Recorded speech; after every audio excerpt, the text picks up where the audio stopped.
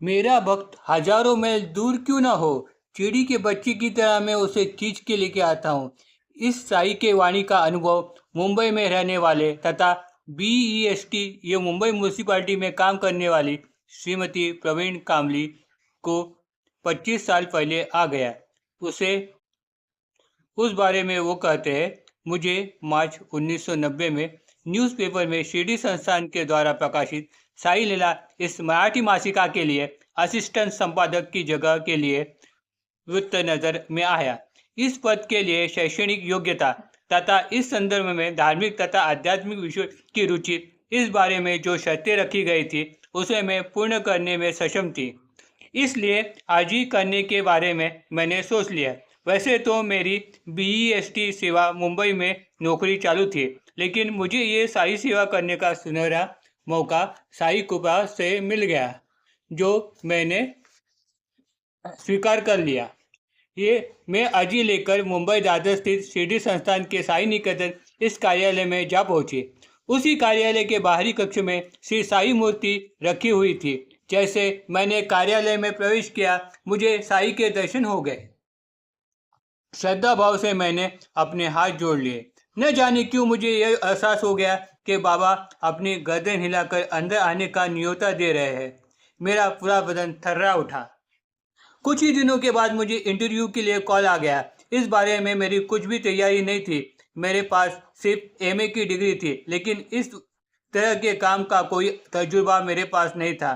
फिर भी 25-30 लोगों के बीच में मेरा सिलेक्शन हो गया। यह मेरे लिए आश्चर्यजनक घटना थी। मेरे मन में आशंका थी कि यह काम मुझे कैसे जमेगा, लेकिन मेरी ये आशंका व्यर्थ ही थी। मैं मराठी में लिखित भक्तों के तथा लेखों के लेख, कविता, अनुभव पढ़ के उसमें से योग्य साहित्य का चुनाव करना तथा टाइप करके आए हुए लेखों का पुनर्परीक्षण करना, इस कामों का मैंने करना शुरू किया।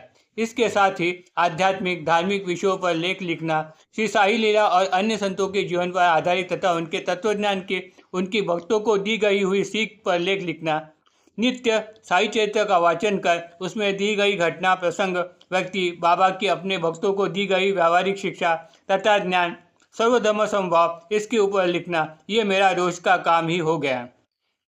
यह काम मैं 1990 से 1992 साल दशक तक किया। एक बार मुझे पता चला कि साई लीला मासिक का लेखक कवि सम्मेलन शिरडी में है और उसका न्योता मेरी सहेली शैला हटंडी को आ भी गया, लेकिन मुझे न्योता नहीं आया था। ये देख मैं बहुत दुखी हो गई। मैंने बाबा की कितनी तन मन से सेवा की, फिर भी बाबा ने मुझे ठुकराया। इस बात का मुझे बहुत दुख हुआ। मैंने साई के तस्वीर के सामने खड़े होकर इस बात की नाराज़गी जताई। दूसरे ही दिन शिरडी से मुझे लेखक कवि सम्मेलन का न्योता आ गया। बाबा की लीला अगम्य थी। मेरे आंखों में आंसू आ गए। मैंने साई के सामने हाथ जोड़कर कहा, बाबा तुम सचमुच सबकी माऊली है। इसी तरह मुझ पर तुम्हारी छाया बरकरार रखे और मेरे हाथों से सदा तुम्हारी सेवा घड़े, यही मैं चाहती हूँ। Om Sai Ram. Please like and subscribe my channel.